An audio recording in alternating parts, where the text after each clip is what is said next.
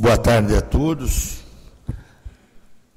Declaro aberto os trabalhos desta sessão do órgão especial de 26 de setembro deste ano. E, em primeiro lugar, nós temos aqui a comunicação dos falecimentos do nosso ex-presidente do Tribunal de Justiça no biênio 2006-2007, do desembargador Celso Luiz Limonge, que ocorreu no dia 23 de setembro. Nós já decretamos o luto oficial, fora oferecido à família para que o velório fosse realizado aqui no Palácio da Justiça, mas os familiares optaram por um recolhimento da família de uma forma mais singela, e nós estivemos lá também representando o Tribunal de Justiça de São Paulo. Propõe, então, o encaminhamento de votos de pesar para a viúva, o filho e as duas filhas, todos de acordo. E também comunico o falecimento do doutor Vicente Sampaio de Almeida Prado, pai da excelentíssima desembargadora Luciana Almeida Prado Bresciani, que ocorreu no dia 25 de setembro último. E proponho que sejam encaminhados votos de pesar para os familiares do doutor Vicente Sampaio de Almeida Prado. Viu? Pois não, doutor Renato. Senhor presidente, eu peço a palavra, senhor presidente, apenas para prestar uma homenagem ao doutor Henrique Ávila, que foi reconduzido para novo mandato de 2 anos no Conselho Nacional de Justiça, conforme ato assinado na última segunda-feira, dia 24 de setembro, pelo ministro Dias Toffoli, no exercício da presidência da República. Ninguém mais do que eu sabe que o conselheiro Henrique Ávila é merecedor desse sucesso, e o quanto a sua força de trabalho, capacidade e bondade ainda o levarão a postos mais elevados. Henrique sabe que torço muito por ele, até porque o tenho na condição de um filho. E quero terminar essa singela homenagem desejando-lhe muita saúde e todo o nosso respeito. É isso que eu gostaria de falar, senhor presidente. Todos concordam, votação unânime, será encaminhado, inclusive, com cópia da manifestação de Vossa Excelência para o excelentíssimo conselheiro Henrique Ávila.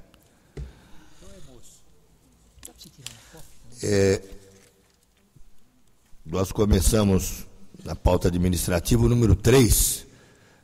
Nós temos que é o vitaliciamento dos magistrados aprovados no 186º concurso de ingresso da magistratura.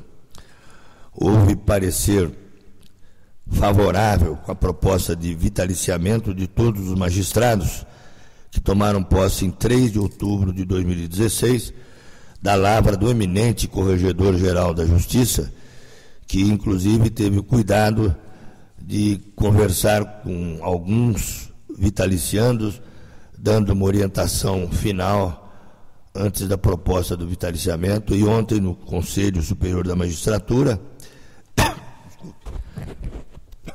o Conselho Superior da Magistratura, também por unanimidade, foi aprovada a proposta do desembargador Geraldo Pinheiro Franco. O doutor Geraldo Pinheiro Franco pede a palavra. Não? Então, estão todos de acordo? Por votação unânime, aprovaram a proposta de vitaliciamento, declarando então vitaliciados todos os magistrados do Estado de São Paulo. A proposta realizaremos depois a sessão. Ao 4 da pauta também, que trata do tema referente a cálculos já apresentados a todos os desembargadores, com um parecer, um voto favorável da presidência. Indago se estão todos de acordo. Então, 3 e 4 aprovados por votação unânime.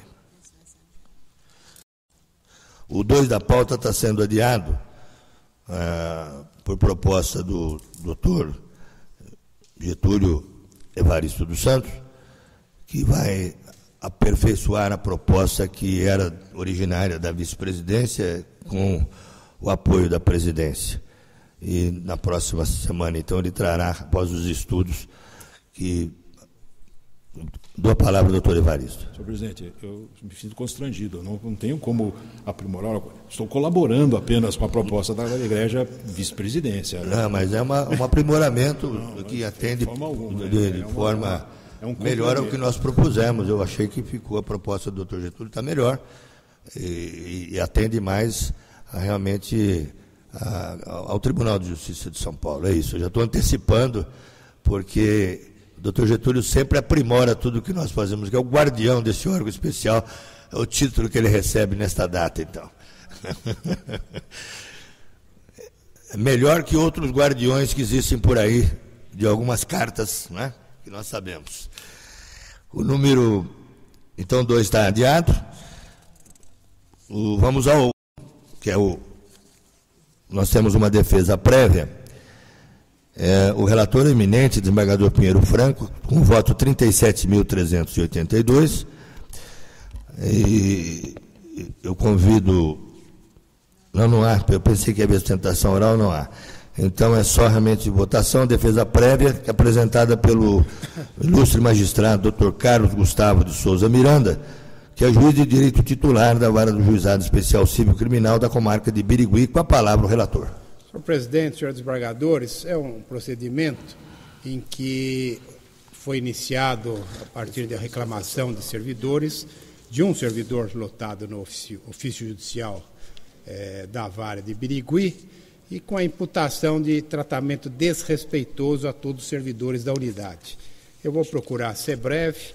Durante a instrução foram ouvidas todos os escreventes do cartório, o diretor, outros diretores já aposentados, e a minha proposta é de rejeição da defesa prévia, por eu estar entendendo que a postura do eminente magistrado com relação a trato, ela infringe normas da lei orgânica e do Código de Ética.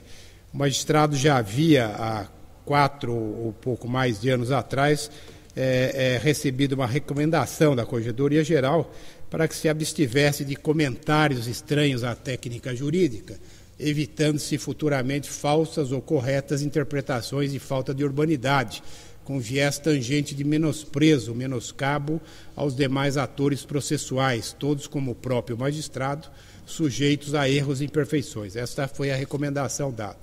E não obstante, os autos trazem indicação de que a forma de que o magistrado se conduz aos servidores, ela é mais do que desrespeitosa. Ela cria uma verdadeira situação de constrangimento e verdadeiro pânico entre os servidores. No curso da apuração, ficou muito claro que, num dado dia, principalmente num dado dia, Sua Excelência teria ido ao cartório desgostoso com o trabalho e genericamente taxado ali de cartório que era um lixo, que os servidores eram os vagabundos e preguiçosos, e estas expressões dadas, elas não são só injuriosas, como contribuíram para que a autoestima dos servidores caísse a zero. Um deles, por exemplo, fez referência à circunstância de que ele não consegue trabalhar direito de medo de, ao final da tarde, ser advertido por algum erro. Outros precisaram de acompanhamento médico. E eu estou dizendo, porque é importante, que eu não estou julgando a atividade jurisdicional do magistrado e me valendo de uma expressão dele próprio, que trabalha duro e produz. Eu não estou dizendo que o juiz não deve cobrar metas dos servidores e não estou dizendo que o juiz não deve exercer com seriedade e com firmeza a função de corregedor permanente. O que eu estou afirmando para propor a rejeição da defesa prévia é que o magistrado não pode adotar uma postura descortês, uma postura seriamente descortês em relação a quem quer que seja, notadamente em face dos servidores, e qualificando-se e adjetivando a conduta deles de forma tão séria. Daí porque eu estou propondo ao colendo órgão especial a rejeição da defesa prévia e a instauração de um processo administrativo. Esse é o meu voto, senhor presidente. Todos de acordo? Então, assim fica decidido por votação unânime. Rejeitada a defesa prévia. A segunda parte da sessão da administrativa são os afastamentos dos magistrados, que já foram comunicados a vossas excelências, nos casos de deferimento, as propostas de deferimento e um caso de indeferimento. Todos de acordo? Assim fica por votação unânime aprovado. Obrigado. Vamos primeiro ao bloco. Obrigado. Nós vamos apregoar os adiamentos. Adiado por uma... Pois não, doutor Salles Rossi. Interrompê-lo, mas o número 50 da pauta, processo da minha relatoria, eu estou retirando de pauta. Retirando de pauta. Isso. Então já fica retirado de pauta esse processo número 50, indicado pelo doutor Salles Rossi. Adiado por uma sessão para sustentação oral, número 44 da pauta. Adiado pelo desembargador Ricardo Anafra, número 42 da pauta. Também pelo doutor Ricardo Anafra, número 57 da pauta. Pelo desembargador Evaristo dos Santos, o número 52 da pauta. Como sobra o 49 do desembargador Moacir Pérez. Como sobra do desembargador Ferreira Rodrigues, número 56. Há mais algum que vossas excelências querem indicar para retirada de pauta? Vamos aos blocos. Primeiro, ADIM extinção, 1422. ADIM vício de iniciativa, princípio da separação dos poderes, 4, 17, 19, 23. Classe arguição de inconstitucionalidade, 36 e 37. Classe ADIM, 2, 3, 15, 16, 18, 21, 24, 25, 26, 53 e 54. Embargos de declaração, 28, 29, 30 e 31. 32, 33, 34, 35 e 55. Classe mandado de segurança, 41, 43, 46 e 47. Conflito, doutor Salete. Eu gostaria de declarar voto vencedor. É a mesma conclusão do voto do eminente relator. E depois faço uma observação no momento próprio da sessão, senhor presidente, no 18. Já está anotado. Declara voto. Obrigado. Muito obrigado, senhor. Conflito de competência, 9, 10 e 11. Classe agravo, 6, 7 e 8. Representação criminal, 48 e 59. Classes diversas. O 38, incidente de resolução de demandas repetitivas. 40, intervenção em município. 58, mandado de segurança oficial da PM, por maioria, denegam, declaram voto doutor Antônio Carlos Malheiros ou doutor Antônio Carlos Malheiros, né? Os dois declaram. Então, está anotado aqui declaração de voto, doutor Malheiros e doutor Xavier de Aquino.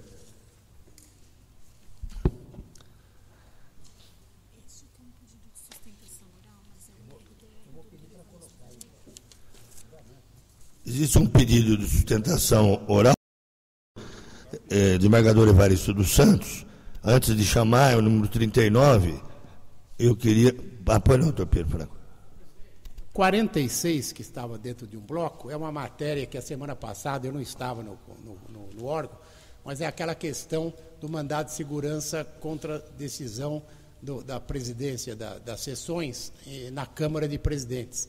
E eu acho que essa questão poderia ser debatida isoladamente. Para se definir se a questão é de denegar ou se a questão é de não conhecer.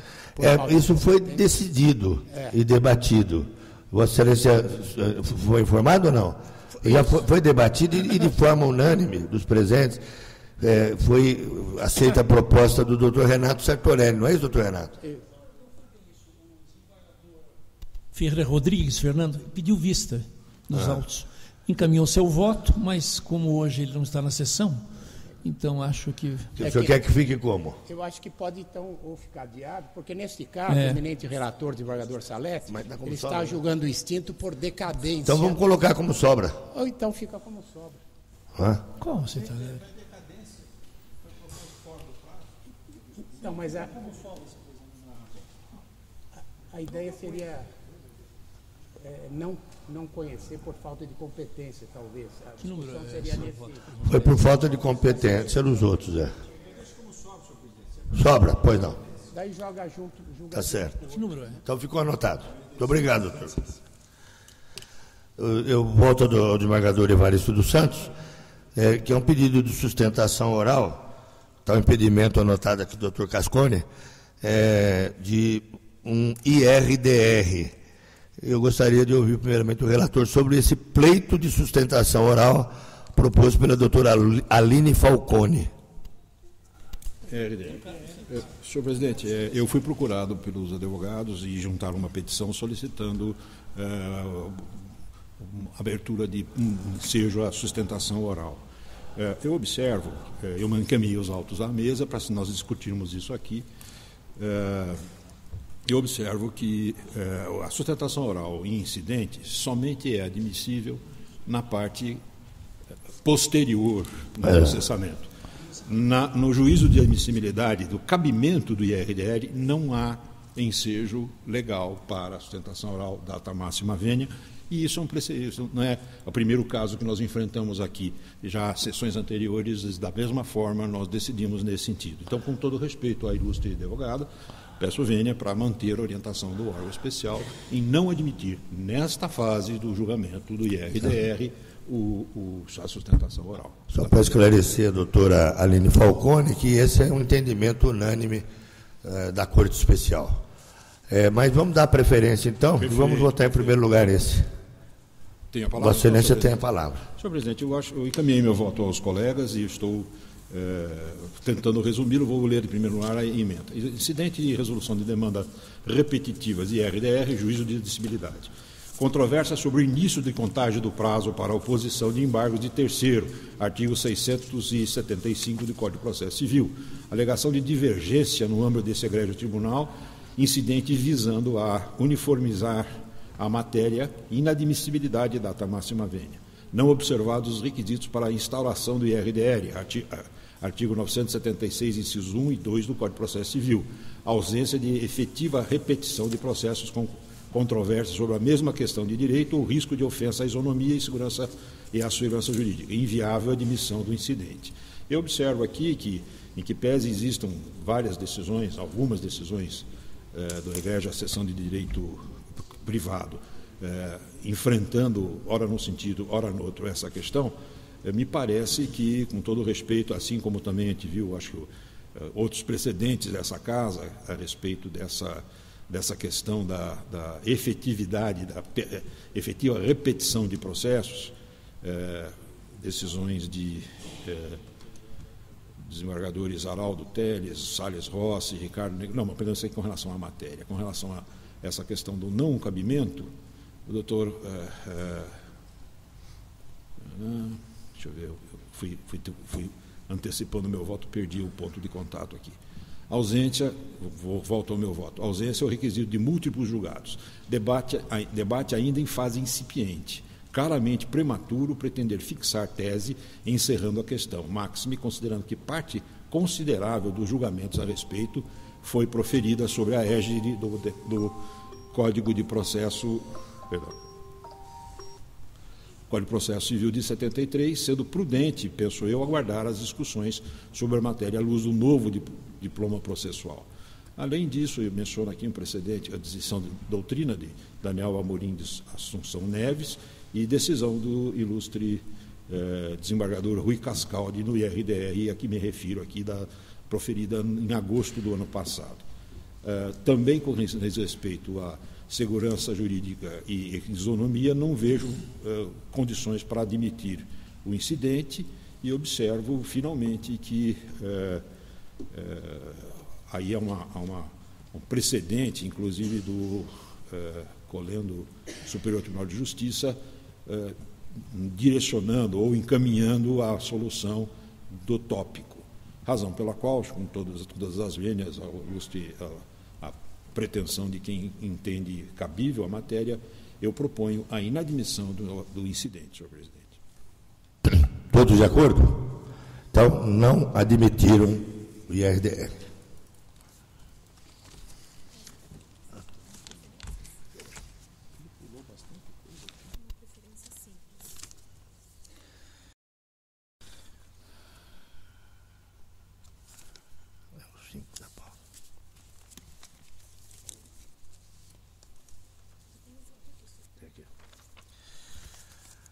A primeira preferência é o número 5 da pauta.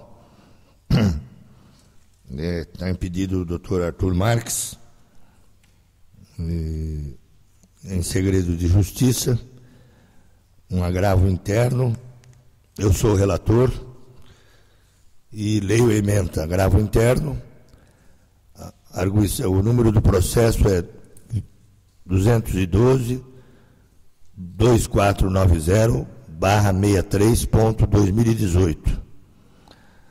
É um agravo interno, arguição de impedimento arquivada, oposição contra desembargador da 6ª Câmara de Direito Criminal, no julgamento de recurso em sentido estrito, sob a alegação de que estaria prejudicada a imparcialidade, uma vez que o agravado fora relator em mandado de segurança e habeas corpus impetrados em favor do agravante.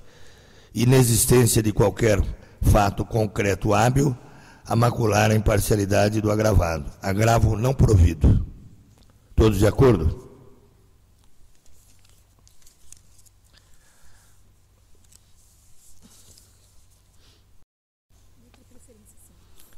Próxima preferência é o número 51 da pauta. Doutor Alex Zilenovski é o relator, tem o voto 22.197. O segundo juiz é o desembargador Márcio Bartoli. Eu estou como terceiro juiz. O autor é o Procurador-Geral de Justiça do Estado de São Paulo, requerido o presidente da Câmara Municipal de São Paulo e o prefeito municipal de São Paulo. Doutor Alex pediu a palavra, doutor Alex? Não. É que estava anotado aqui, senhor me desculpe. Então, eu passo a palavra para o doutor Márcio Bartoli. Doutor Alex não proferiu, desculpe, doutor Alex. Então, com a palavra, doutor Alex. Perdão. Com a palavra, presidente? Com a palavra. Pois não. Senhor presidente, eu já encaminhei o voto aos senhores desembargadores do órgão especial, então vou pedir licença para fazer apenas um resumo do voto. É o seguinte, direta de inconstitucionalidade, Lei 16.808, de 23 de janeiro de 2018, iniciativa parlamentar, institui o selo Cidade Linda do município de São Paulo, inocorrência de vício de inconstitucionalidade formal, à luz dos artigos 61 da Constituição Federal e 24 da Constituição do Estado. Ausência de previsão orçamentária específica e relevância. Combinação de prazo para a regulamentação, não cabimento. Disposição de alguns assuntos que estão fora da alçada do poder legislativo. Inegável disciplina legislativa sobre alguns atos de gestão. Precedência do colando do órgão especial, violação ao princípio da separação entre os poderes neste passo. Desrespeito aos artigos 5º, 47, inciso 2 e 144 da Constituição do Estado. À luz do presente feito, parece correto compreender que a lei em debate, enquanto criadora de mera certificação conferida pela administração pública municipal a pessoas jurídicas de direito privado que colaborem com o poder público na zeladoria urbana do município, não se constitui em ato concreto de administração, tampouco se confunde com planejamento ou gerenciamento de serviços municipais. Na verdade, nesse aspecto, cuida-se de norma geral obrigatória emanada a fim de proteger interesses da comunidade local, cabendo ao município implantá-la por meio de provisões especiais com respaldo no seu poder regulamentar, previsto no artigo 84, inciso 4 da Constituição Federal e 47, inciso 3 da Constituição do Estado, respeitadas a conveniência e oportunidade da administração pública. Entretanto, a norma impugnada, ao meu ver, transborda poderes legislativos ao prever certas providências materiais a cargo do Poder Executivo a fim de dar operacionalidade à lei. Ao fazê-lo, o legislador, ao meu ver também, invadiu competência do Executivo, eis que prevê atos de gestão que deveriam ficar a cargo do poder regulamentar do prefeito municipal. Assim, o artigo 2º e seu parágrafo único da lei ora impugnada, Lei 16.808, de 2018, que instituiu o selo Cidade Linda no município de São Paulo, por preverem atos de gestão, destarte violando a reserva de administração, configuram indevida inserção legislativa no âmbito dos poderes executivos. Interesse especial, esse artigo 2º, que tem a seguinte redação: a administração pública municipal elaborará relação dispondo as ações a serem realizadas por período e a estimativa dos bens e serviços necessários e que possibilitarão a concessão do selo Cidade Linda. E o parágrafo único prevê que a relação referida no caput desse artigo será amplamente divulgada. Então, senhor presidente, o dispositivo do voto é no sentido de ação parcialmente procedente para declarar a inconstitucionalidade do artigo 2º e seu parágrafo único e da expressão prazo de 90 dias, contados da data da publicação, constante do artigo 4º da lei em questão do município de São Paulo. E esse é o meu voto, presidente. Obrigado, doutor Alex. Eu passo a palavra ao doutor Márcio Bartoli. Presidente, justamente sobre esse artigo 2º, é que eu, com todo respeito, não vejo aqui a existência de um ato de gestão. A análise desse texto legal leva à conclusão, a meu ver, sobre que não afronta a separação dos poderes.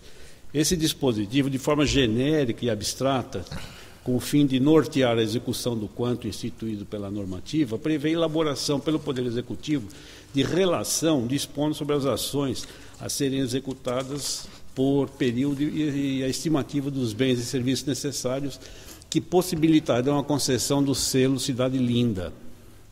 Não se trata de ato concreto ou específico, mas sim de fixação de autênticas balizas legislativas a permitir a atuação do Poder Executivo. A discricionariedade administrativa, assim como o poder regulamentar, estão preservados. Primeiro, o caput do dispositivo se refere genericamente à administração pública municipal, sem indicar órgão específico. Além disso, deixa ao talante da administração indicar quais ações de zeladoria serão realizadas, determinar o período em que serão feitas e ainda estimar quais os bens e serviços necessários para tanto. Logo, a atuação de forma concreta, específica, em atenção ao quanto previsto na norma, bem como a regulamentação desta lei, caberão ao Poder Executivo. A Câmara Municipal tem função legislativa de estabelecer normas de administração e dispor sobre a execução de serviços públicos de forma genérica e abstrata. E para que a regra possa ser concretizada de forma legítima, há que serem definidos critérios e balizas para sua implementação. Acrescente-se que o disposto no parágrafo único do artigo 2º da Lei Municipal contempla o tão necessário acesso à informação, em atenção à transparência que deve nortear a administração. Além de permitir o tratamento isonômico dos administrados, pois, em tese, diante da ampla divulgação das relações previstas Todos terão acesso às informações sobre a estimativa de bens e serviços que possibilitarão a concessão do selo. Tal estipulação evita ainda que o princípio da impessoalidade seja violado. Não reputo ter o dispositivo aviltado qualquer preceito constitucional. Então, presidente, eu julgo procedente o pedido apenas para declarar a inconstitucionalidade do artigo 4º da Lei 16.808. Voto nesse sentido. Eu havia pedido vista também, já preparei o voto, não houve tempo de distribuí-lo, mas eu estou acompanhando integralmente o voto da divergência. E não vou fundamentar aqui, porque exatamente a minha linha argumentativa é exatamente do doutor Márcio Bartoli. Eu posso colocar em votação?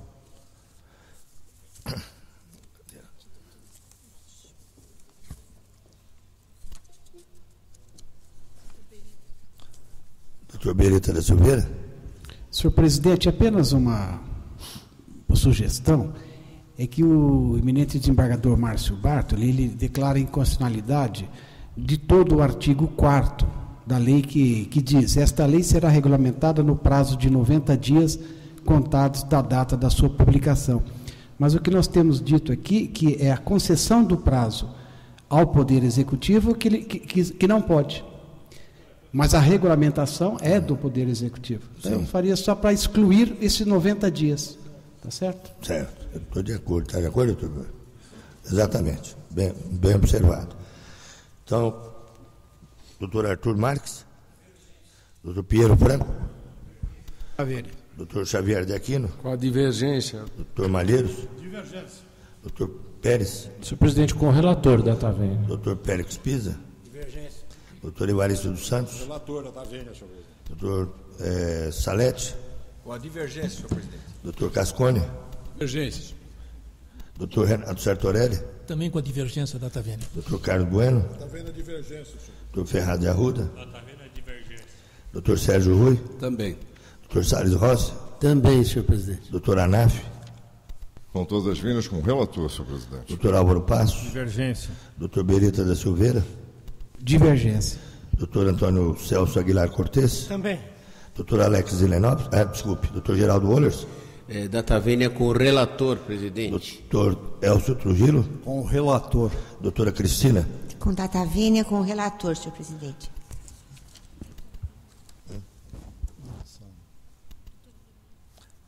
A doutora, não estava o nome dele aqui. Doutora Demir. Presidente, eu peço vênia para acompanhar o relator. Sim. Então, com a divergência ou com o relator? Relator. Relator. Está anotado. Desculpe, doutora Demir, eu não tinha visto aqui, né?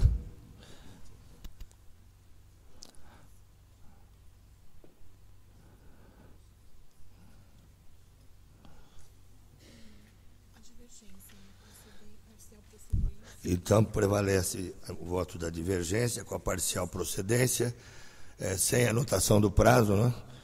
E eu também declaro o voto. E o doutor Alex também declara voto. Relator indicado fica o doutor Márcio Bartoli.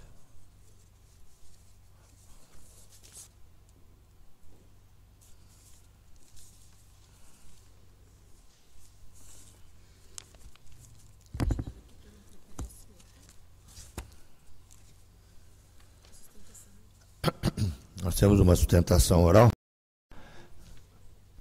Doutor Alex? Apenas uma dúvida.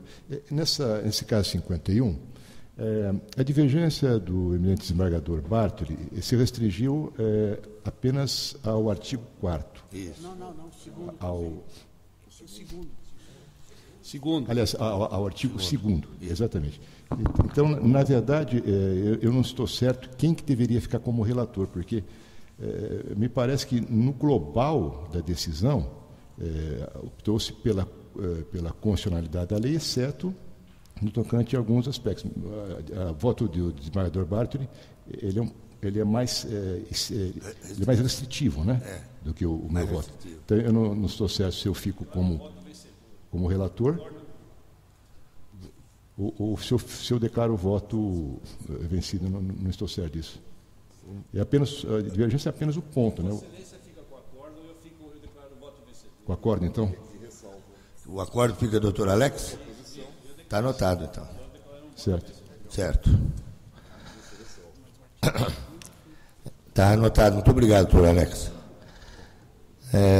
Eu convido o doutor Ronaldo Sérgio Duarte, que falará pelo prefeito municipal de Marília. É o 27 da pauta. Quem relata esta ação direta de constitucionalidade, em que o autor é o Procurador-Geral de Justiça e a municipalidade de Marília é a ré, o doutor Xavier de Aquino, que tem o voto 31.322, está com a palavra. Perdão. O senhor, dispensado o relatório, o senhor está com a palavra. Sim, excelência, dispensado. Excelentíssimo senhor presidente deste órgão especial, deste Tribunal de Justiça, desembargador Pereira Calças, excelentíssimo senhor relator, desembargador Xavier Aquino, demais desembargadores, excelentíssima desembargadora desse tribunal, representante do Ministério Público de São Paulo, serventuários da Justiça e nobres colegas da advocacia. Trata-se de uma ADIM, onde a declaração de inconstitucionalidade é um pedido da expressão designação, livre nomeação pelo prefeito, constante do artigo 3º e 4º da Lei Complementar 127/95, com a redação dada pela Lei Complementar Municipal 144 de 97, bem como da expressão livre designação pelo prefeito, constante do artigo 79 da Lei Orgânica do Município de Marília, com a redação dada pela Emenda 13 de 97, no município mariliense. Então, a finalidade dessa declaração de inconstitucionalidade é impedir que o cargo de procurador-geral do município seja ocupado por alguém estranho à carreira de procurador. Lembrando que em Marília, a cidade de Marília, nós temos a Procuradoria instituída pela Lei Orgânica do município e regulamentada pela Lei 127 como órgão de assessoramento e consultoria do Executivo Municipal. Na origem, senhores desembargadores, tanto a Lei Orgânica do município como a Lei Complementar, ela previa a questão de que o Procurador-Geral do município fosse de carreira. Todavia, em 1997, houve essas alterações que agora são combatidas pelo órgão ministerial.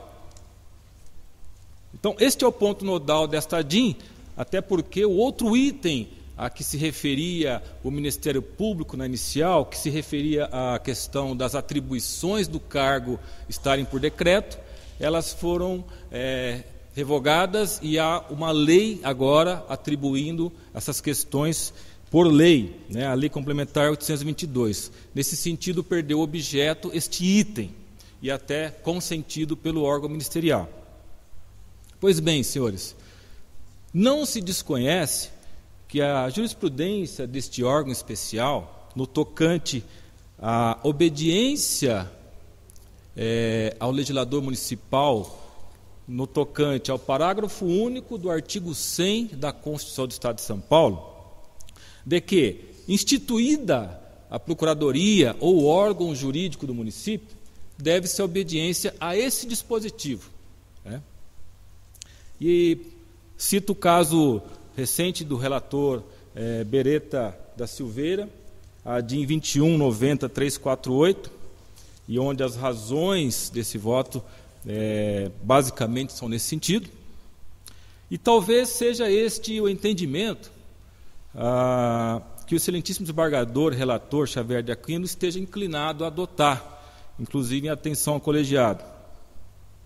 Contudo, o pedido do prefeito municipal, neste caso, é que haja, com a devida vênia, a mudança da jurisprudência deste órgão, em casos desta natureza, em casos onde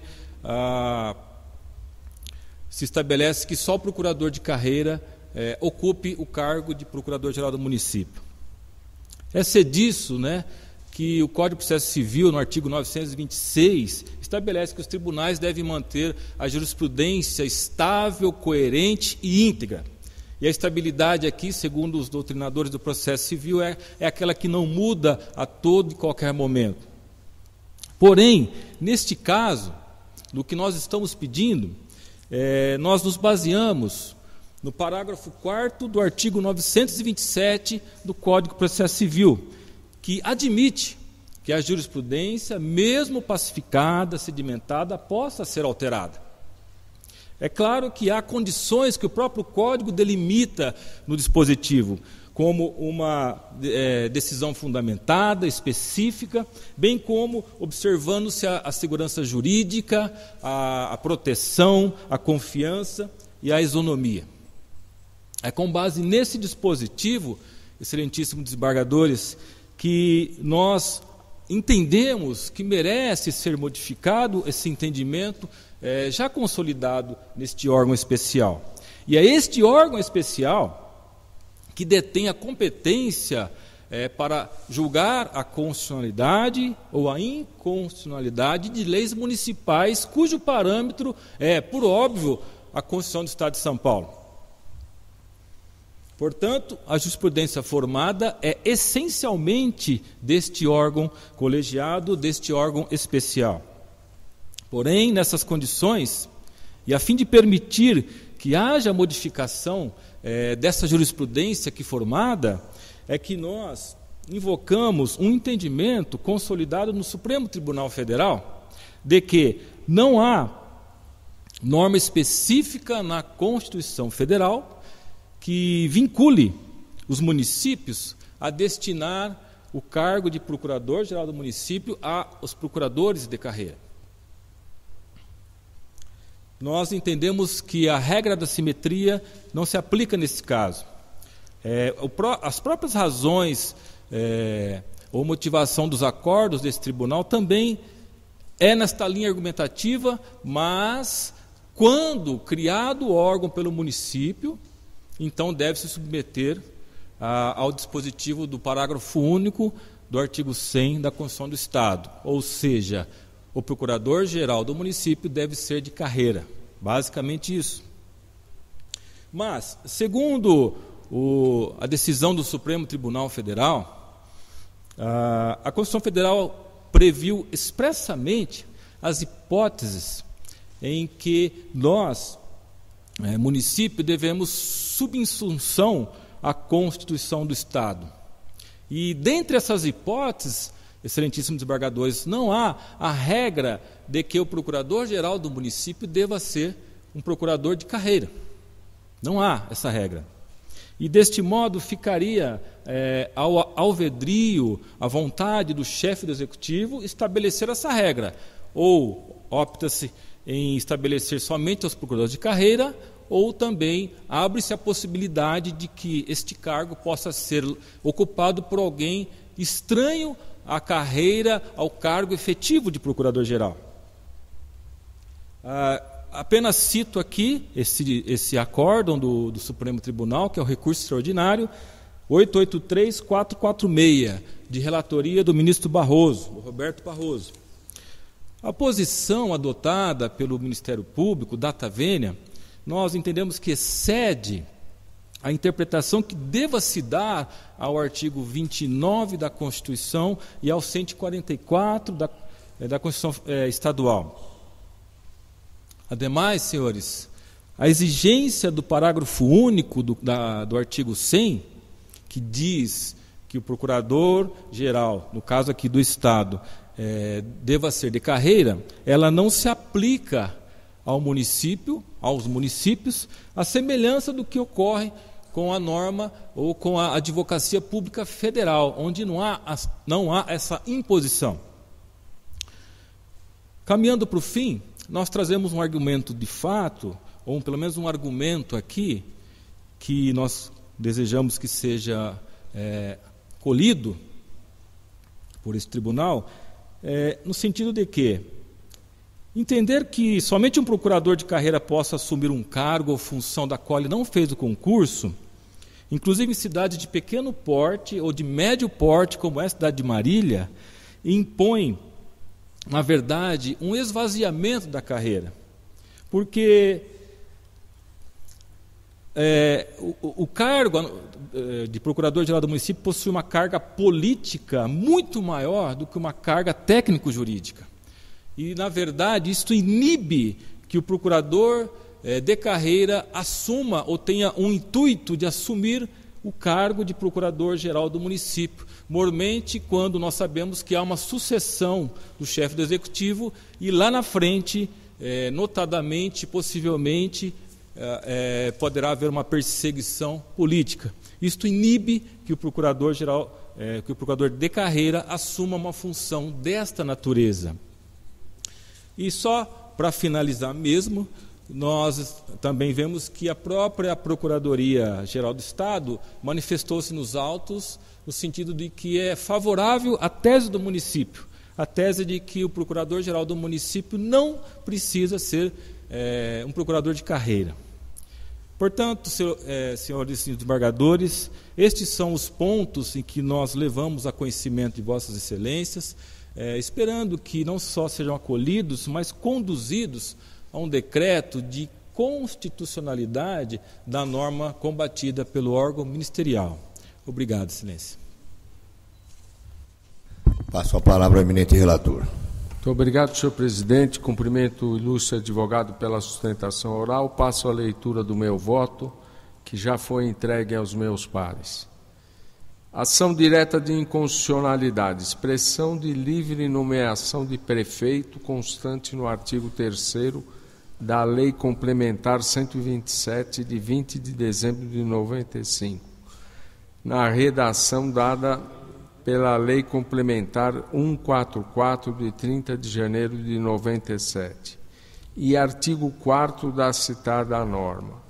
Expressão de livre designação pelo prefeito, constante no artigo 79 da Lei Orgânica Municipal, na redação dada pela emenda à Lei Orgânica do Município número 13, de 18 de fevereiro de 97, todas do município de Marília. Perda superveniente de objeto em relação ao artigo 4º da Lei Complementar 127 de 95, que delegava ao chefe do Executivo, através do decreto, a indicação do rol de atribuições dos cargos de provimento em comissão. Posterior edição de lei formal que descreveu as atribuições dos cargos, fazendo desaparecer a contrariedade ao princípio da reserva legal. Processo extinto por perda superveniente do interesse processual quanto ao referido dispositivo. Ação direta de inconstitucionalidade.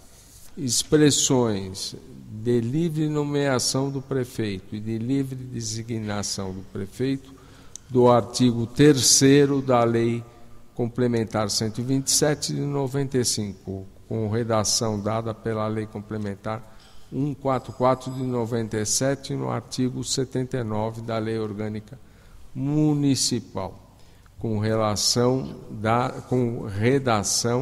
dada pela emenda 1397, todas no município de Marília. Supressão dos textos originais dos dispositivos objurgados, do requisito de que a nomeação se faça entre os integrantes da carreira de procurador jurídico do município. Afronta aos artigos 98 a 100, 111, 115, 2 e 5, todos da Carta Bandeirante. Cargos da advocacia pública que devem ser preenchidos por integrantes da carreira, através de concurso de provas e títulos. Inconstitucionalidade das expressões. E assim, senhor presidente, pelo meu voto, eu julgo procedente a ação. O relator propõe a procedência. Todos de acordo? Votação unânime. Procedente.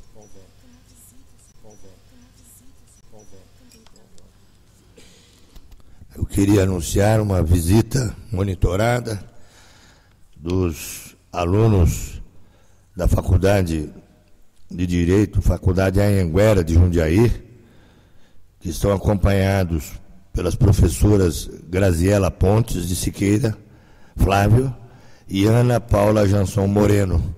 Sejam bem-vindos a esta sessão do órgão especial e espero que lhe seja proveitosa.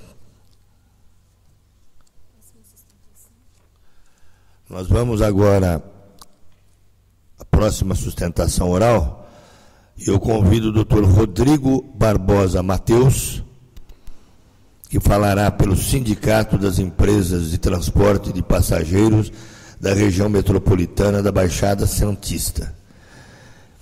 O autor é o Sindicato das Empresas de Transporte de Passageiros da Baixada Santista.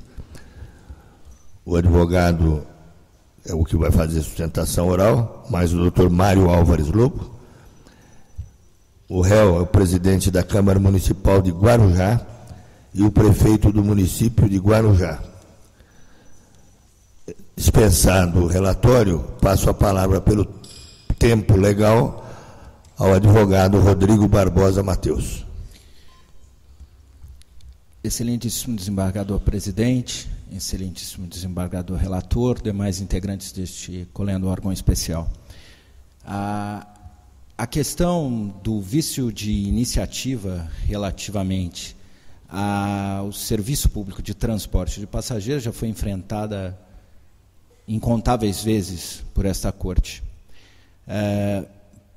Aqui nós temos uma particularidade e realmente nos parece importante ressaltar alguns aspectos relevantes relativos à atividade de transporte individual, que é o caso. A lei em tela veio a regulamentar o serviço de mototáxi no município de Guarujá, e essa lei foi uma lei de iniciativa do Poder Legislativo. A Procuradoria-Geral de Justiça, em seu parecer, defende que haveria competência concorrente. Porém, quando se analisa o sistema de transporte, quando menciono sistema de transporte municipal, estou usando as regras advindas da Lei de Mobilidade Urbana.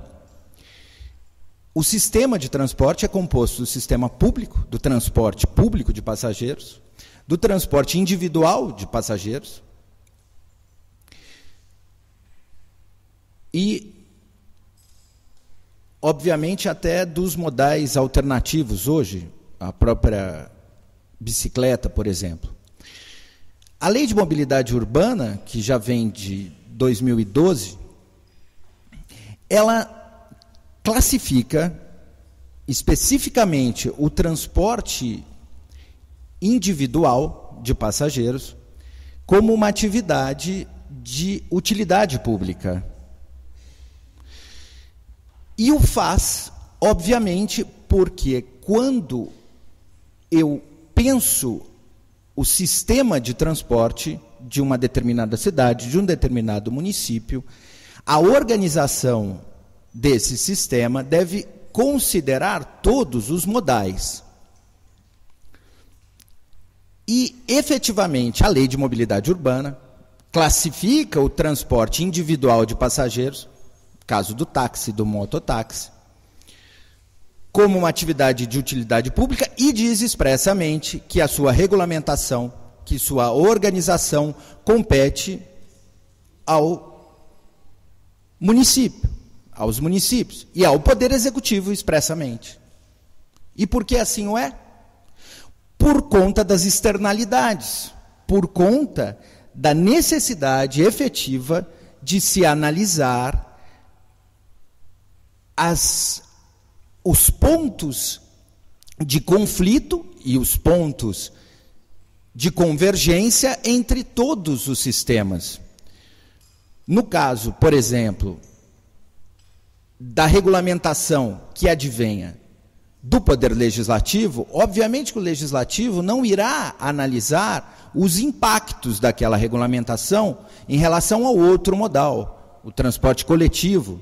Não irá analisar, não irá fazer o planejamento prévio para analisar qual é a efetiva necessidade do município em relação àquele modal de transporte individual. Não vai analisar qual é o impacto no sistema viário, qual é o impacto, no caso do mototáxi, a sinistralidade decorrente. Portanto, a competência para organizar e regulamentar o transporte individual de passageiros, tanto o táxi como o mototáxi, como no caso específico, por ser classificado como um serviço, uma atividade de utilidade pública, nos parece que obrigatoriamente deve ser uma competência exclusiva do Poder Executivo. Não há que se falar em competência concorrente nesse caso. Daí porque se pugna pela procedência da ação. Muito obrigado. Cumprimento o Dr. Rodrigo Barbosa Mateus pela excelente sustentação oral. Passa a palavra ao eminente desembargador Ricardo Anaf como relator. Senhor presidente, senhores desembargadores, cumprimento o nobre advogado. Eu vou fazer a leitura da ementa, todos já receberam meu voto, até porque satisfaz o pleito do sindicato. Ação direta de inconstitucionalidade, Lei Municipal 4.454, de 13 de novembro de 2017, do município do Guarujá, que autoriza o exercício das atividades dos profissionais em transporte de passageiros, mototáxi, com uso de motocicleta ou triciclo e da outras providências. Legislação impugnada que versa questão atinente ao trânsito e transporte afeta a questão legislativa privativa da União, nos termos do artigo 22, inciso 11 da Constituição Federal. Precedente do qual do Supremo Tribunal Federal e desta Corte, isso de vários acórdãos. A previsão legal que trata a matéria relativa à administração municipal de iniciativa reservada ao chefe do Poder Executivo.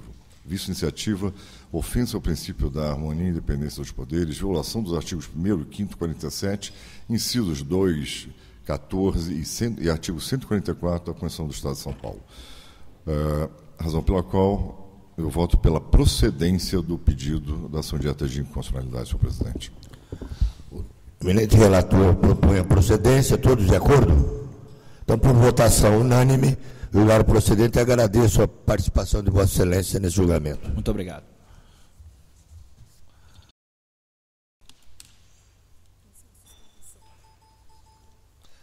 Sustentação oral é o 45 da pauta. Eu convido a doutora Valéria Procópio Ferreira, que falará pelo impetrante Michel Silva Caires, que é o impetrante. Impetrado é o presidente da seção de Direito Público desta Corte, interessado o diretor de pessoal da Polícia Militar do Estado de São Paulo e o Estado de São Paulo. Os impedidos, neste caso, são os desembargadores Antônio Carlos Malheiros e Evaristo dos Santos. Dispensado. Quem relata é o desembargador Ferraz Arruda, que tem o voto 37.599. Dispensado o relatório, eu passo a palavra à doutora Valéria Procópio Ferreira. Boa tarde, doutores desembargadores do Tribunal de Justiça. Eu irei explanar os fatos para melhor entendimento dos senhores. O autor, no ano de 2015, impetrou um mandado de segurança contra o diretor pessoal da Polícia Militar do Estado de São Paulo, por inaptidão em fase médica do concurso da Polícia Militar por possuir uma tatuagem no bíceps. Em primeira instância, a segurança foi dada, mas em segunda instância, em sede de exame necessário, foi negada a segurança ao impetrante. Após isso, o impetrante ofertou o recurso extraordinário, que teve seu seguimento negado. Sendo este negado, foi interposto agravo, com fundamento no 1042, para o destrancamento do recurso, mas a presidência da Câmara de Direito Público negou o seguimento do recurso de agravo, pois, de acordo com a presidência, houve erro grosseiro, pois, na verdade, o agravo deveria ter sido baseado no 1030, parágrafo 2º, e não no 1042. Foi ofertado embargos de declaração que não foram acolhidos. Nele era pleiteado que fosse aplicado o princípio da fungibilidade, porque os recursos são deveras muito parecidos. né? Este ato ele deverá ser reparado através do mandado de segurança, pois não há mais recursos cabíveis no caso do autor, que se encontra impostado no cargo. É isso. Pois não? A senhora encerrou, doutor? Sim. Pois não, vamos se assentar, por favor. Passo a palavra ao desembargador Ferraz de Arruda. Minhas homenagens à doutora advogada pela sustentação oral e passo a leitura da minha ementa, sem antes não deixar de mencionar. O doutor Peretas que pede uma interrupção. Perdão, desembargador. Só lembrando que esse caso é exatamente igual ao que o eminente corregedor pediu para ficar como sobra. Que era o 40, esse é o 45, é o de Vossa Excelência, e o 46, que era o do desembargador Salete. É a mesma, havia pedido para ficar como sobra, então não sei se julgaríamos ou não. Eu ia me manifestar sobre isso, exatamente sobre esse ponto, que em preliminar do voto eu sustento que o órgão especial é competente para julgar mandados de segurança contra atos dos presidentes de sessão. E julgo e anoto aqui 4 decisões em mandado de segurança semelhantes a esse caso que eu estou relatando, que se diz pela competência deste órgão especial. Caso Vossas Excelências entendam de suspender o julgamento com respeito à competência, para que depois nós estudemos esse assunto, porque o excelentíssimo doutor Evaristo dos Santos, em suas informações, anotou em 2 linhas que não havia no regimento interno essa declinação de competência do órgão especial e que não há realmente nem para o presidente das sessões e nem para os para o presidente da Câmara Especial dos Presidentes. Então, diante disso, eu já tinha anotado em preliminar que eu entendia que era competente. Mas diante da fala do doutor Geraldo, eu esperei a oportunidade de eu falar para dizer que se o órgão especial decidir pela suspensão dessa questão preliminar para se discutir se é competente ou não, e quem é o competente, afinal, eu estou à disposição. Agora, se quiser entender que é competente, eu já pus no voto que é competente. Doutor Geraldo. Apenas fiz aquela ponderação porque existe um terceiro mandado de segurança que a rigor seria julgado hoje, mas com a ausência do desembargador Ferreira Rodrigues não vai ser possível julgar. Apenas por isso, para que todos fossem julgados de uma vez só. A mesma sessão, né? Mas se o órgão especial entender de julgar e enfrentar essa questão, eu não me oponho também. Podemos julgar todos, não tem problema. Doutora Anafi. Presidente, com todas as vênias, me parece que, se eu não estou impedido, eu indico vista. Não, Vossa Excelência não. Então eu indico vista, senhor presidente. Vossa Excelência... Mas Vossa Excelência está indicando vista para a preliminar? E qual é a preliminar, desculpe? A preliminar é a competência. Então, boa sorte. Então não vamos entrar no mérito, não é? Fica suspenso nessa matéria preliminar e aí nós teremos um julgamento conjunto dos 3 casos que mencionados pelo doutor Geraldo. Seria isso? Então assim fica decidido, doutor. Então vamos suspender o pedido de vista e para que essa matéria da competência seja examinada em 3 casos similares. Como pode ficar? Ficar anotado. Não, ele pediu vista. Anotada a vista, então, doutora Anafi. Muito obrigado, doutor Augusto.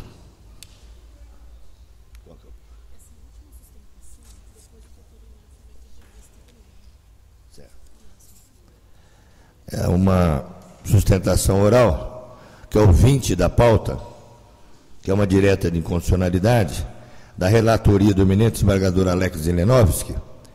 Eu convido o Dr. Rogério Levorim Neto, pela Associação Paulista de Supermercado, para assumir a tribuna. O autor desta ADIM, a autora, é a Associação Paulista de Supermercados. O réu é o presidente da Assembleia Legislativa do nosso Estado e o governador do Estado de São Paulo. Dispensado o relatório, eu passo a palavra ao Dr. Rogério Neto. Obrigado, senhor presidente. Excelentíssimo senhor presidente, demais integrantes dessa igreja corte especial, ilustre representante do Ministério Público, nobres colegas.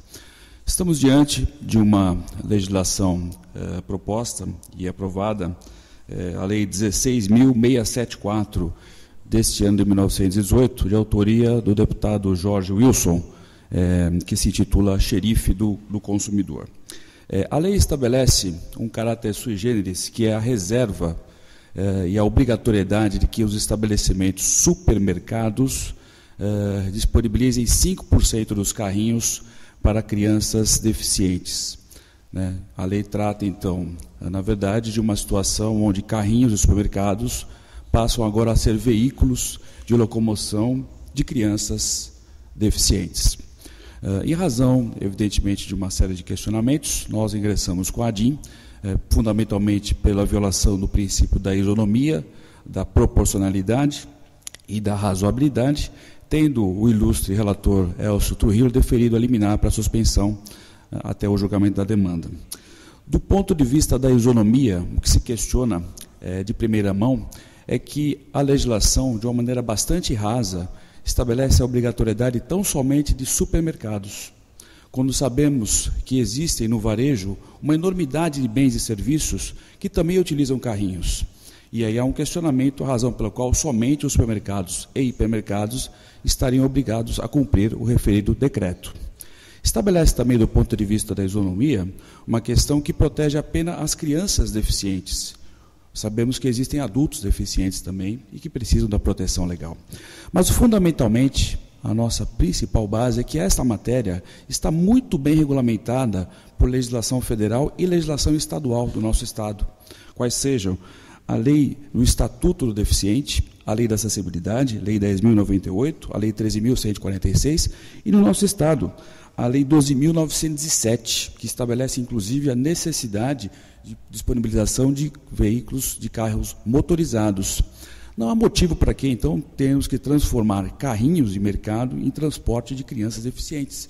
Se a própria lei obriga a disponibilização, sim, do veículo certo e apropriado, que são cadeiras de rodas, àqueles que assim necessitam.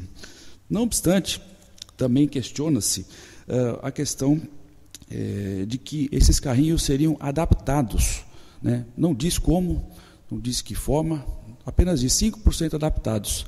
Não nos parece que seja a forma mais correta e não seja razoável. Estabelece-se um percentual de 5%. Poderia ser 10%, poderia ser 50%, poderia ser 30%. Por que 5%? Não há uma pesquisa, você vai na fundamentação da legislação e nada se diz a respeito com relação a isso. Apenas lembrando, com relação a deficientes físicos, que incorporam adultos e crianças, as vagas de estacionamento têm que ser de 2%.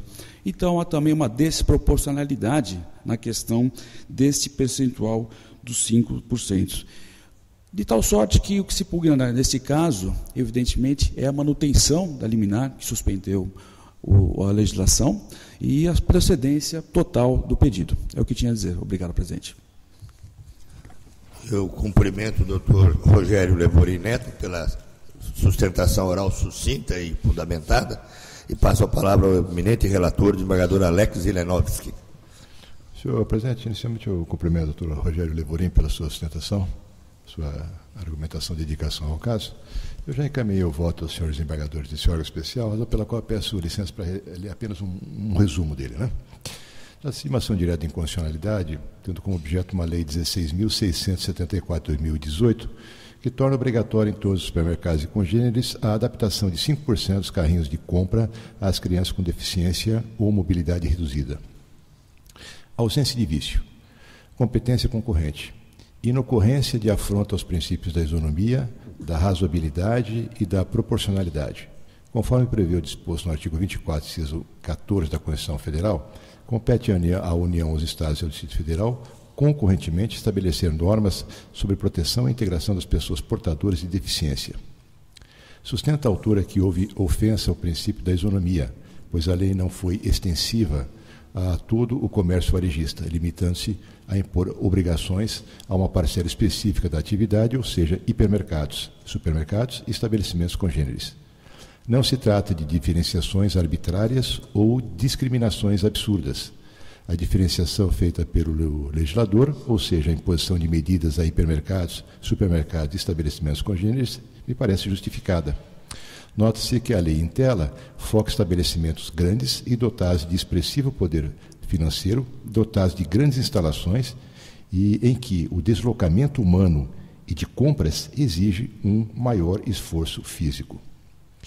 De outra banda, as alegações de que a lei em questão é desarrazoada, pois beneficiaria exclusivamente a crianças em desfavor de adultos e que ambos necessitam de cuidados especiais, ou mesmo que tal medida prejudicará aquelas pessoas que necessitam de carrinhos de compra, ao meu ver, também não prosperam.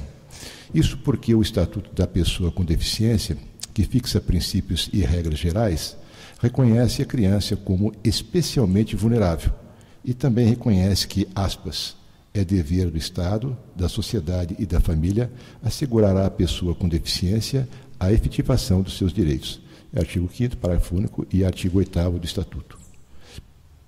Também não se vislumbra, pelo menos ao meu ver, ofensa aos princípios constitucionais da razoabilidade e da proporcionalidade. O objeto da lei em testilha mostrou-se apropriado às necessidades exigidas pela situação concreta. Não há qualquer desequilíbrio entre a imposição contida na lei e o fim almejado pela legislação, tendentes a proteger direitos das pessoas com deficiência ou com mobilidade reduzida. Por outro lado, a Lei Estadual 16.674 de 18 também não se mostra inconstitucional em virtude de ausência de regulamentação no tocante à matéria para dispor sobre a adaptação desses carrinhos com assentos para crianças portadores de deficiência ou mobilidade reduzida. O alegado vício de inconstitucionalidade, em virtude da falta de regulamentação da lei sobredita, padronizando o formato do carrinho, não existe. Lembremos que a Constituição define o processo formal de elaboração das leis e que estritamente deve ser seguido para que tenham validade, bem como a observância de limites materiais no conteúdo ali inserido. O fato de o legislador, quando a elaboração da lei não ter descrito o padrão do carrinho, por si só não pode desencadear a declaração de inconstitucionalidade do preceito legal. Ressalta-se que o Poder Executivo dispõe de poder regulamentar para suprir esta questão. No outro giro, a alegada impossibilidade de fiscalização do cumprimento da imposição ou a devida imposição de multa aos estabelecimentos por parte dos órgãos responsáveis ante a não regulamentação da norma não configura vício de inconstitucionalidade, devendo eventual discussão acerca da validade da punição ser arguida em sede própria. Feitas as considerações, senhor presidente, meu voto é pela improcedência da ação. O doutor Anaf havia antecipado o pedido de vista, é isso, doutor Anaf? Então, eu faço do pedido de vista encadeado esse julgamento. Eu agradeço ao doutor Rogério Levorim Neto pela sua sustentação oral.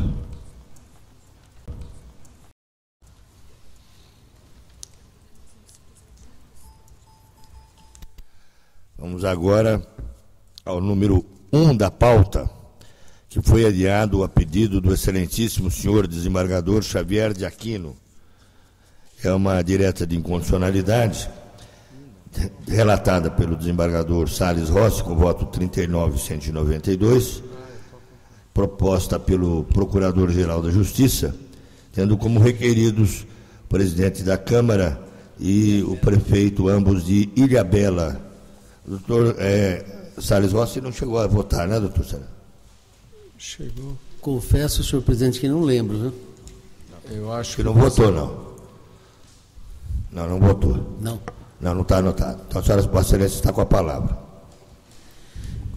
Senhor presidente, eminentes pares, ação direta de inconstitucionalidade, lei municipal 1205 de 2017, do município de Ilhabela.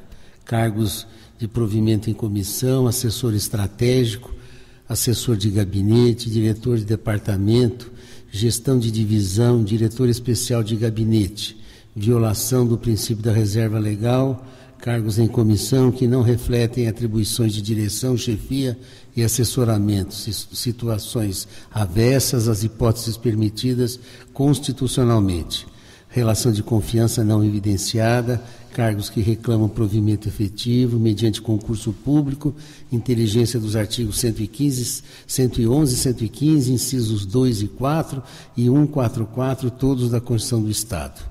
Cargo de ouvidor do município, que pressupõe o conhecimento específico das funções e da estrutura administrativa do município, a fim de bem processar as reclamações, denúncias e queixas recebidas da população, encaminhando-as ao órgão competente para apurá-las, quando necessário. Cargo a ser provido por servidor de carreira do Poder Executivo local. Dispositivo da legislação municipal que atrela a revisão geral anual dos agentes políticos a datas e índices adotados na revisão de remuneração dos servidores públicos municipais.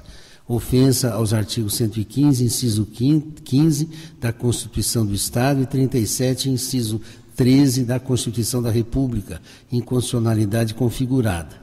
Ação julgada procedente com modulação para 1. Declarar a inconstitucionalidade dos artigos 40, 47, 50, 53, 54 e 55 e das expressões assessor estratégico, assessor de gabinete, diretor de departamento, gestão de divisão e diretor especial de gabinete, todos do anexo 3 da Lei Complementar 1205 de 2017 do município de Ilhabela. 2. Declarar a inconstitucionalidade, sem redução de texto, da expressão ouvidor do município, prevista nos artigos 41 e 52 e no anexo 3 da Lei Complementar 1205 de 2017, também do município de Ilhabela, devendo o referido cargo ser provido por servidor de carreira do Poder Executivo local. 3. Que seja observada a modulação imposta na forma da fundamentação, com eficácia a partir de 120 dias contados da data do julgamento. É o que propõe, senhor presidente. Eu estou acompanhando na íntegra. Estão todos de acordo? Então, por votação unânime, julgaram procedente com modulação nos termos do voto do eminente relator. Vamos para a última. Não, desculpe. Último caso do dia, que é o processo número 3 da pauta, que foi adiado a pedido do Dr. Ricardo Anaf, e que é uma direta de inconstitucionalidade da relatoria do eminente desembargador Xavier de Aquino, que tem o voto 31.350, e o doutor Ricardo Anaf, que terá o voto 29.971.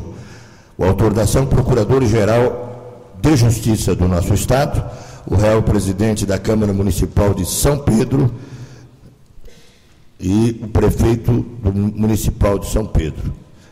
O doutor Xavier de Aquino está com a palavra. Senhor presidente, eu já votei, eu só vou dar uma lida. Sim, uma pequena resumo. Direta de inconstitucionalidade, Lei Municipal número 3.720, de 4 de julho de 2017, do município de São Pedro, que dispõe sobre as normas para realização de rodeios no âmbito do município de São Pedro, e dá providências.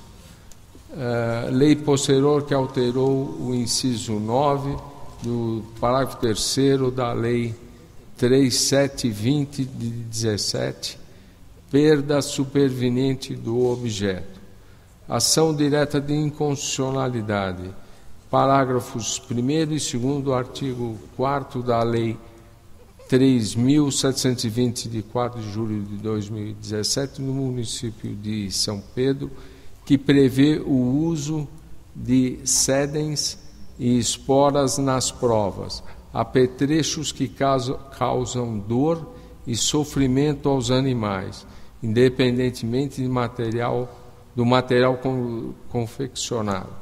Utilização de sedens na virilha dos animais, que tem por objetivo causar dor e comportamento arredio, fazendo com que o animal corcoveie como se bravio fosse. Esporas que são confeccionadas em metal e também são utilizadas para dominar o animal. Exibição que atenta contra a dignidade dos animais. Afronta, a meu ver, ao artigo 193, inciso 10 da Constituição Estadual, e pelo meu voto estou julgando procedente. O eminente relator julga procedente. Com a palavra, ao doutor Ricardo Anaf. Senhor presidente, senhores desembargadores, em relação à primeira parte, quanto à perda de objeto, eu comungo com a proposição do nobre relator. Em relação à procedência, a questão é um pouco diferente. Nós tivemos a emenda 96 em 2017, em razão das denominadas vaquejadas. Houve uma emenda constitucional permissiva dessas vaquejadas, e em razão dela foi editada uma lei federal, que apenas então somente já era permitido, foi permitido na Constituição expressamente, se me falha a memória, o artigo 217, inciso 4, e a lei federal veio a regulamentar. E quando ela regulamentou, ela permitiu apenas o uso de sedem, sendo vedada a utilização de outro material, ainda que encapado, devendo as cintas e cilhas e as barrigueiras ser confeccionadas em material de lã natural, com dimensões adequadas a garantir o conforto dos animais. Isso vem da lei federal e, com as mesmas palavras, com uma outra coisinha, consta da lei municipal. Em relação às esporas, a lei municipal, também inspirada na lei federal, ela coloca o seguinte: as esporas utilizadas serão fornecidas pelos atletas para a entidade promotora do evento com a supervisão dos médicos veterinários e dos fiscais de bretes, ficando expressamente proibido o uso de esporas com rosetas pontiagudas ou qualquer outro instrumento que cause ferimento aos animais.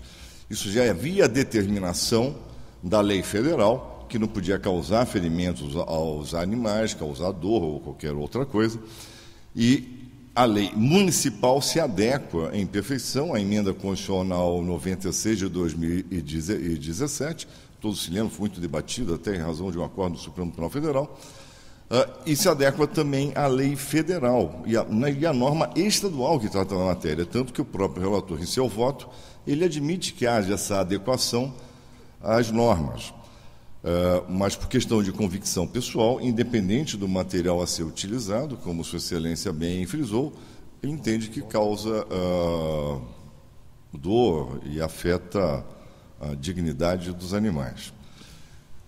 Eu não vejo dessa forma. Há uma norma constitucional, a norma constitucional.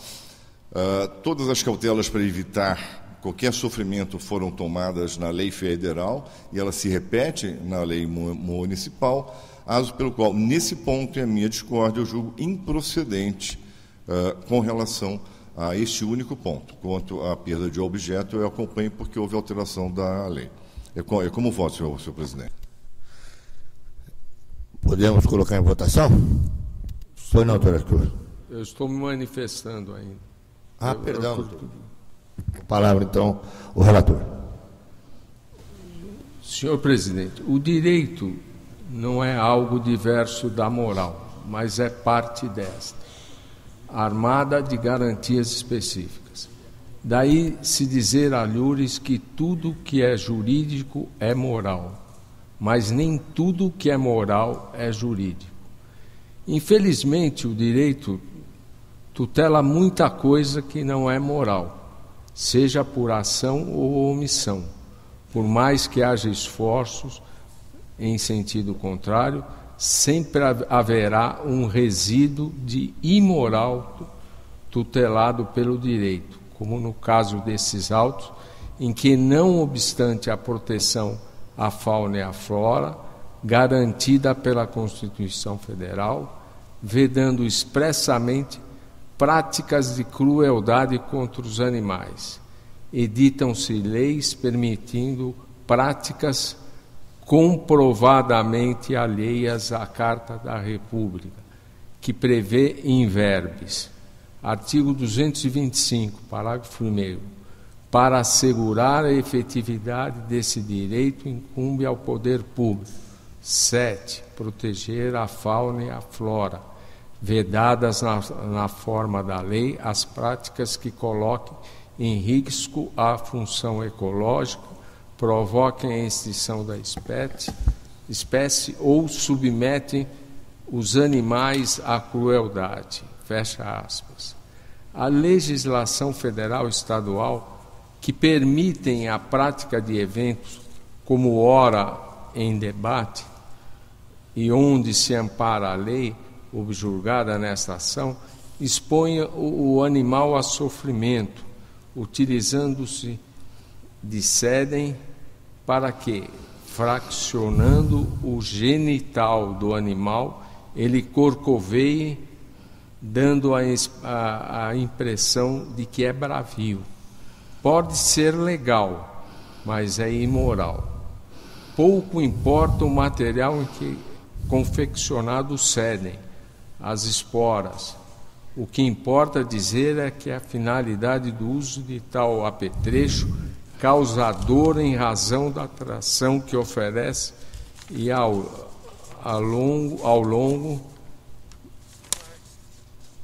longo prazo sua utilização pode originar doenças nos animais, levando-os ao óbito.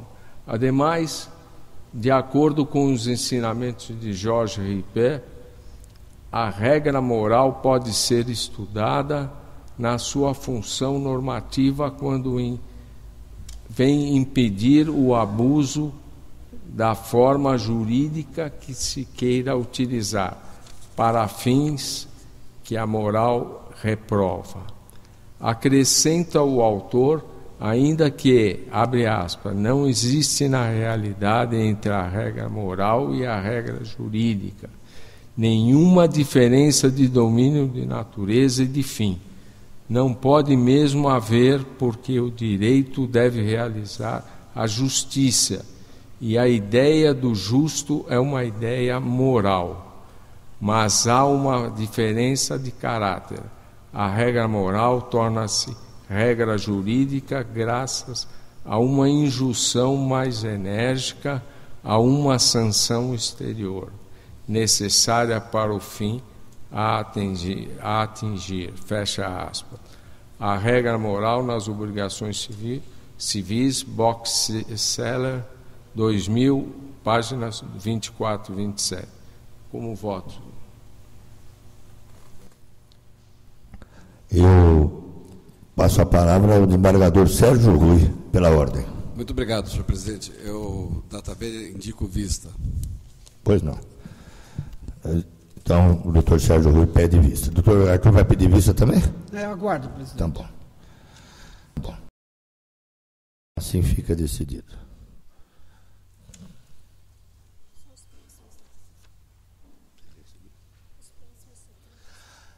Para a próxima sessão, nós teremos 45 processos, declaro encerrados os trabalhos. Muito obrigado a todos. Doutor Carlos Bueno. Mas nós temos, nas últimas sessões, felizmente, inclusive a de hoje, poucos processos. Nós estamos terminando 13 e 15. Na próxima sessão, que vai ser, salvo engano, dia 3 de outubro, Vossa Excelência acaba de anunciar que serão muito poucos processos, tudo indicando, então, que também terminaremos cedo.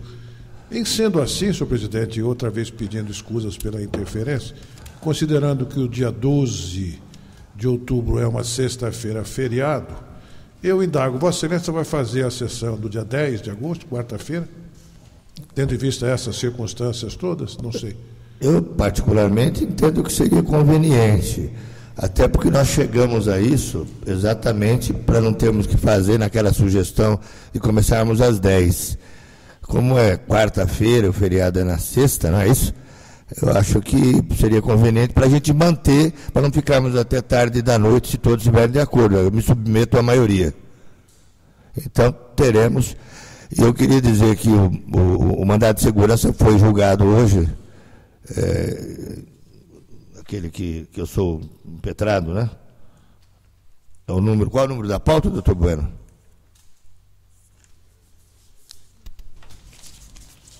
É 42? Foi adiado o 42? Doutora Anaf, né? Então vai. Pediu vista? É o número 42, senhor. Só para dizer que eu não tinha conhecimento, vai ser julgado ainda, mas eu não tinha conhecimento dessa prática administrativa, e eu já alterei essa determinação, no sentido de que o tribunal, nos casos, nós temos muitos casos desses, a doutora Anaf, como Vossa Excelência vai julgar, e era uma prática antiga do tribunal, no sentido de que quando um terceirizado, uma empresa terceirizada não recolhe créditos trabalhistas, tributários, etc. e tal, retém o pagamento das faturas. E no meu modo de ver, eu estou concordando com a concessão da segurança proposta pelo doutor. E, independentemente disso, essa prática administrativa, só para o doutor Anaf, já está afastada. Eu li o voto, vou me manifestar, eu sou impedido, mas a prática é só para que o órgão especial tenha conhecimento. Foi afastada, viu, doutor Anaf? Senhor presidente, se o senhor está comungando com isso e já está adiantando que a administração mudou de posição e vai efetuar o pagamento, eu retiro a vista. Efetua o pagamento e... Estou retirando a vista. E, claro, a minha orientação agora é rescindir o contrato por inadimplemento contratual e aplicar as multas cabíveis que os contratos devem prever. Havia muitos contratos, infelizmente, celebrados por administrações anteriores, que, de uma forma omissa, não previam penalidade para as empresas terceirizadas. Essa prática já foi alterada. E a punição, as multas contratuais são previstas em todos os contratos a partir de agora, e a orientação que eu passei para os juízes, que são os gestores dos contratos, e para os nossos servidores, é de que, a partir de agora, que efetue o pagamento, mas, de qualquer forma, rompa o contrato, ação com base no princípio, né, dos contratos bilaterais. Porque o que acontece aí é que a empresa ela não recolhe. Se for mantido o contrato, o tribunal é responsável, vai ser acionado para adimplir o que a empresa terceirizada não fez. Isso é tranquilo. Só uma outra observação. Aquela vista que eu pedi no processo do doutor Augusto, é porque me parece a colocação feita pelo senhor Corregedor-Geral da Justiça tem que ter razão. Nós debatemos essa matéria na última, Sua Excelência não estava, se firmou em tese um entendimento, mas houve um pedido de vista. Ou seja, nós acabamos não julgando. E diz respeito, um dos pontos nodais é acerca da competência. Exato. Essa é a razão pela qual, com todas as vênias, que eu pedi vista, para quê? Para que possamos, de uma vez por todas, uniformizar a jurisprudência da casa. Então, a boa sorte de todos nós. Então, eu diria que, se quiserem julgar o 20, que é contra... Parece 42, 20, eu passaria a presidência do doutor Arthur e já ficaria julgado, pode ser? Então, o doutor Arthur, Vossa Excelência, já passou. Assim já fica decidido, mas as medidas já foram tomadas, que eu não tinha conhecimento dessa prática. Mandado de segurança em que são partes Comercial Barcelos e IEP e impetrado o presidente do Tribunal de Justiça. O relator eminente desembargador Carlos Bueno, e tem a palavra. Procedendo à segurança, senhor presidente, nos termos do meu voto, e tendo encaminhado aos eminentes colegas cópia integral do mesmo voto. Alguma divergência? Considero a segurança a votação unânime. Então, agora declaro encerrado os trabalhos dessa tarde. Muito obrigado a todos.